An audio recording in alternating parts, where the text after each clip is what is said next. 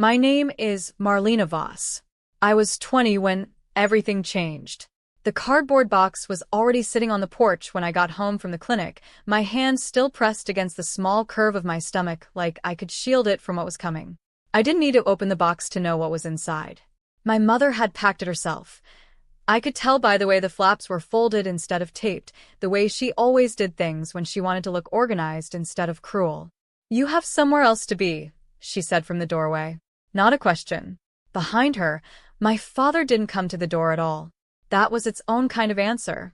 I stood there in the September light, 17 weeks along, 20 years old, holding a box that contained my whole life reduced to the things that fit in it: a winter coat, a photo album with half the pictures missing, my grandmother's watch that no longer kept correct time. I remember the quiet more than anything. No shouting. My family didn't shout. We were the kind of family that smiled at church and said cruel things over dinner in voices so calm you almost missed how sharp they were.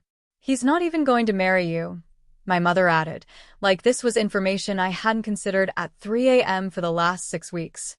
"I didn't ask him to." "Then you'll understand why we can't have this under our roof." This. Not a grandchild. Not a daughter making a hard choice. This, like a stain, like a smell that wouldn't come out of the carpet. "I want to tell you," I said, something dignified. I didn't. I said nothing at all. I picked up the box and I walked to my car, and I sat in the driver's seat for 11 minutes before I could make my hands work the key in the ignition. I know it was 11 minutes because I watched the clock the whole time, waiting for a version of myself that could drive without shaking. I had $340 in a checking account. I had a part-time job stocking shelves that wouldn't cover a security deposit. I had a boy who said he loved me until the 2 lines showed up on the test and then didn't return calls anymore. And I had a body that was already, quietly, without asking permission from anyone, building a person. I drove to the Palmer Motor Inn off Route 9 because it was the only thing my money would stretch to, and I lay on a bedspread that smelled like other people's cigarettes, and I put my hand on my stomach and I whispered, "It's just us. But I've got you." I didn't know yet that somewhere, 40 minutes away, my grandfather's old friend Walt Hendricks was hanging up his phone after a call from my mother, a call meant to warn the family off from helping me, and writing down my name on a scrap of paper, like something worth remembering. I didn't know that yet. All I knew was the ceiling of a motel room, and the sound of my own breathing, and the small, stubborn certainty that I would not let this be the end of my story. Just the part where it got hard. The Palmer Inn had thin walls. I learned the schedule of every neighbor within 3 days. The trucker who left at 4 a.m., the couple who fought and made up in the same 20-minute cycle every night, the television that played infomercials until dawn in the room beside mine, as if someone there couldn't sleep either. I got a second job at a diner 2 miles down the highway, the kind of place where the owner, a woman named Odessa, looked at my belly and then at my face and didn't ask questions I wasn't ready to answer. She just added an extra egg to my order on the house and told me to sit in the back booth when my feet swelled. At night, I wrote things down. Not a diary exactly, more like proof that I existed. Numbers, mostly. Rent, gas, formula prices I looked up before I even needed formula because not knowing felt worse than knowing and being afraid. I called my sister Raina once. She was the only one who might pick up. "Mom said if any of us talk to you, we're choosing you over the family," she said, voice low like she was hiding in a closet to say it. "Are you choosing?" Silence stretched long enough that I understood the answer before she gave it. "I can't, Marlena. I have 2 more years until I'm off for insurance for grad school." "I'm sorry." I didn't hate her for it. That's the part one want you to understand. There was no lightning bolt of rage. No scene where I screamed that they'd regret this. Just a slow, cold arithmetic settling into my chest. You are alone. Adjust accordingly. There was an old man who came into the diner every Thursday and ordered the same thing: dry wheat toast, black coffee, 2 eggs over easy, and sat by the window like he was waiting for someone who never came. Walt Hendricks.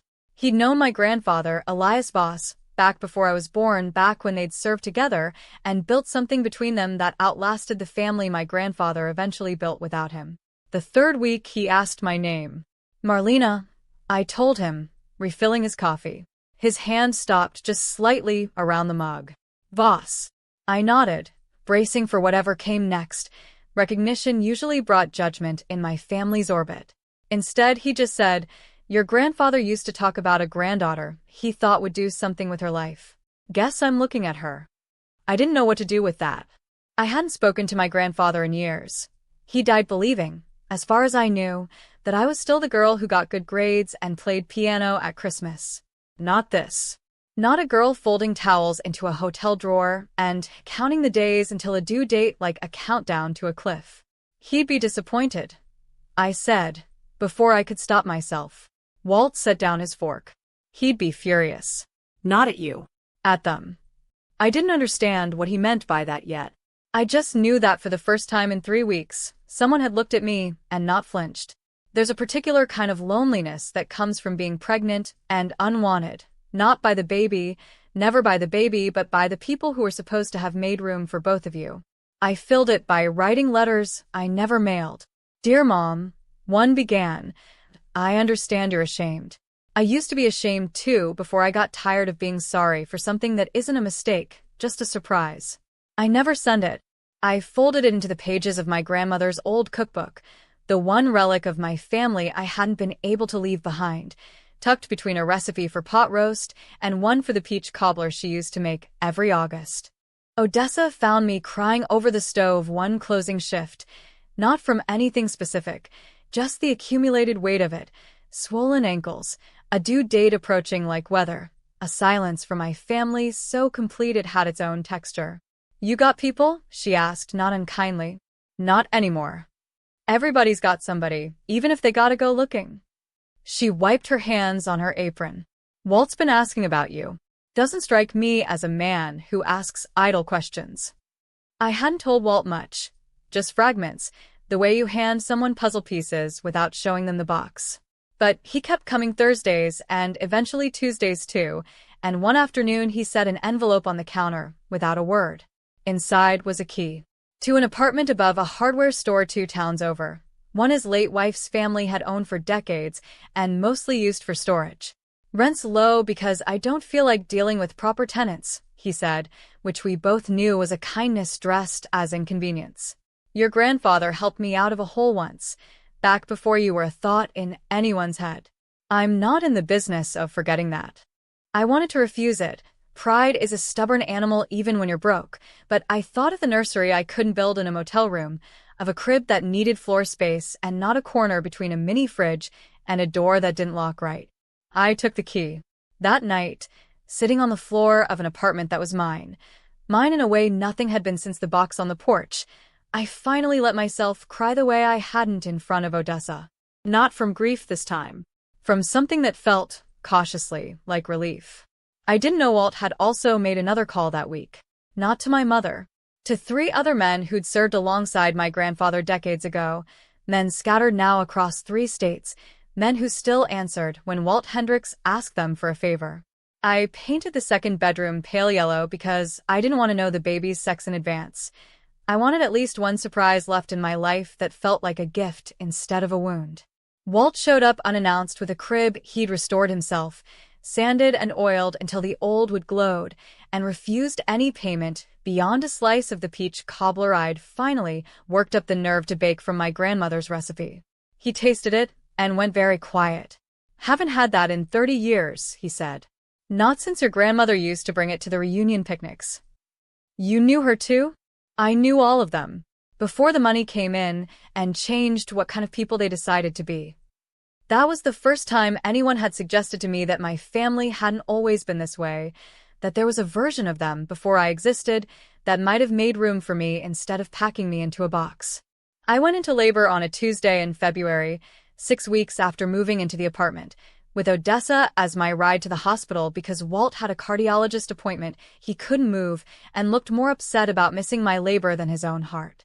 My daughter was born at 6:14 in the morning, and I named her Josephine, after no one in particular, because I wanted her name to be a beginning and not an inheritance. I called my mother from the hospital. I don't know why. Maybe some part of me still believed birth could soften what betrayal couldn't. "Congratulations," she said, in a voice with no congratulations in it at all. "I hope you know what you've taken on." "Would you like to know her name?" A pause. Not particularly. She hung up before I could decide whether I was more hurt or more free. I sat there with my daughter asleep against my chest, and I understood, maybe for the first time completely, that the box on the porch hadn't been the end of something. It had been the last chance my family gave themselves to be different, and they'd chosen not to take it. Walt visited that evening with a stuffed rabbit older than either of us, and eyes that were suspiciously wet when he looked at Josephine. "Your grandfather would have spoiled her rotten," he said. "He's not here to." "No," Walt agreed. "But some of the people who loved him are." I didn't understand what he meant. Not yet. I was too tired, too raw, too full of a new and enormous love to notice that Walt Hendricks had, quietly, over 6 months, been assembling something on my behalf that I hadn't asked for and didn't yet know existed. Josephine was 4 months old when the letter arrived, not from my family but from a lawyer's office in the city, informing me that my grandfather's estate, tied up in probate disputes among my parents and aunts and uncles for 3 years, had a clause none of them apparently knew about or had conveniently never mentioned. A trust. In my name. Established the year I was born, meant to activate upon circumstances of hardship or estrangement from the family, to be determined at the discretion of the trustee. And the trustee, it turned out, was Walter Hendricks, my grandfather's oldest friend and, apparently, a man my grandfather trusted more with my future than his own children. I sat with the letter for a long time before I called him. "You've been sitting on this the whole time?" I said. Not accusing. Just stunned. "Your grandfather knew this family better than they knew themselves," Walt said. "He didn't set it up because he expected you to need it exactly this way. He set it up because he suspected they might, eventually, show him who they really were. I just had to wait and see if he was right." "Why didn't you tell me sooner?"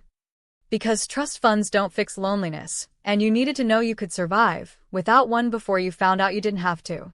A pause. "Also, your grandmother's cobbler recipe was worth more to me than money for a while there. I wasn't in a rush. It wasn't a fortune, enough for a modest, sturdy life, not enough to turn me into someone unrecognizable. But it meant childcare while I finished my degree online. It meant not counting formula prices with dread. It meant, for the first time since the box on the porch, that I could breathe without calculating survival in the same breath. Word travels in families that pretend not to gossip. Within a month, my mother knew. She called for the first time in 8 months. "I hear you've come into some money," she said, without a hello. "I hear you've known about a trust set up for me since before I was born, and let me sleep in a motel instead of mentioning it." The silence on her end had a different texture than her usual silences. This one had shame folded into it, if she was capable of shame. "It wasn't ours to discuss," she said finally. "No," I agreed. "It was mine. Same as Josephine was always going to be mine, whether you wanted room for her or not." I didn't hang up in anger. I hung up in something quieter, the recognition that I had finally stopped waiting for her voice to soften, and it hadn't cost me anything to let go of the waiting.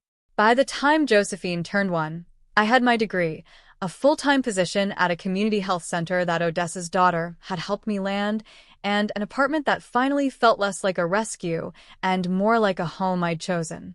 Walt came every Sunday for dinner, uninvited in the way that meant he no longer needed an invitation, and Josephine called him Papa Walt before she could say most other words clearly. I didn't reach out to my parents.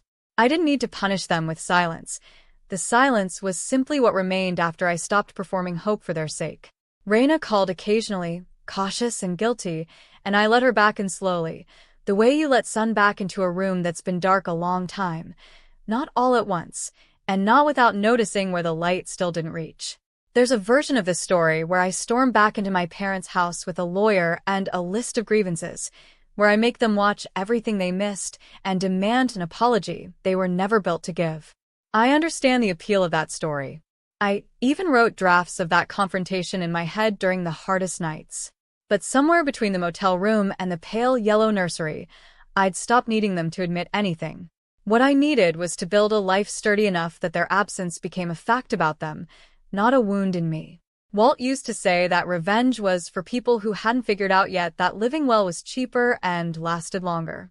I didn't fully believe him until I watched Josephine take her first steps across a kitchen floor that was mine, toward a life that had never once depended on my parents' approval.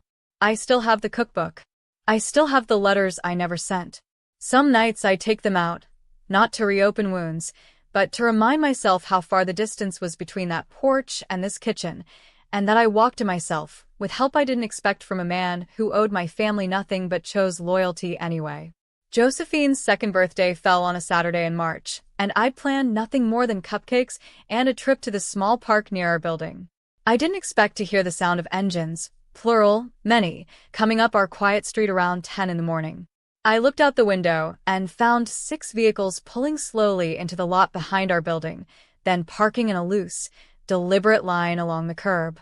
Walt's truck was among them, but so were 4 others I didn't recognize, and one long black car that looked entirely out of place on our modest street.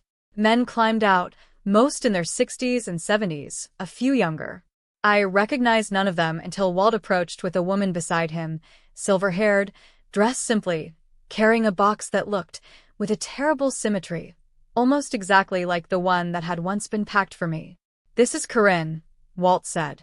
"She served with your grandfather, too, before you were born. And these," he gestured to the others gathering at a respectful distance, unsure of their welcome, "are the people your grandfather considered his real family, even after he built the one that didn't want you." Corinne held out the box. Inside were photographs I'd never seen. My grandfather young, laughing, arm around men and women who looked at him like family looks at each other before money and pride get involved. There was a letter, too, written in his own hand years before his death, addressed to a granddaughter he hoped would never need to read it. "If you're reading this," it began, "it means they showed you who they really are, and I wasn't there to stop it. I'm sorry for that. But I made sure you wouldn't be as alone as they might try to make you feel. These people loved me before the money came, before the family got complicated. They'll love you too if you let them." I stood on my own front step, Josephine on my hip, surrounded by strangers who weren't strangers at all, who had, in their own quiet way, been waiting 2 years for the right moment to arrive, the way you wait to plant something until the ground is finally ready. I didn't cry from grief this time either. I cried from the strange, overwhelming vertigo of being chosen, finally, by more people than had ever rejected me. My parents heard about the convoy eventually. Small towns don't keep secrets, even from people who've made themselves strangers. My mother sent one final message, months later, not an apology, just a strange, brittle question. "Are you happy?" I thought about it for a long time before answering. "Yes," I wrote back. Not despite what happened, because of what I built after. I never heard from her again, and I've made a fragile peace with that. Some stories don't end in reconciliation. Some end in the quiet, hard-won understanding that you were never the one who needed to change. Josephine is 3 now. She knows Papa Walt and Aunt Corinne, and a dozen other faces from that first strange convoy who've become, in their own patchwork way, the family my parents refused to be. She doesn't know yet about the box on the porch, or the motel room, or the 11 minutes I sat shaking in a car with nowhere to go. Someday I'll tell her. Not as a wound to carry, but as proof that a family isn't only the people who share your blood, but the ones who show up unasked, when the ones who should have never do. I kept my grandmother's cookbook.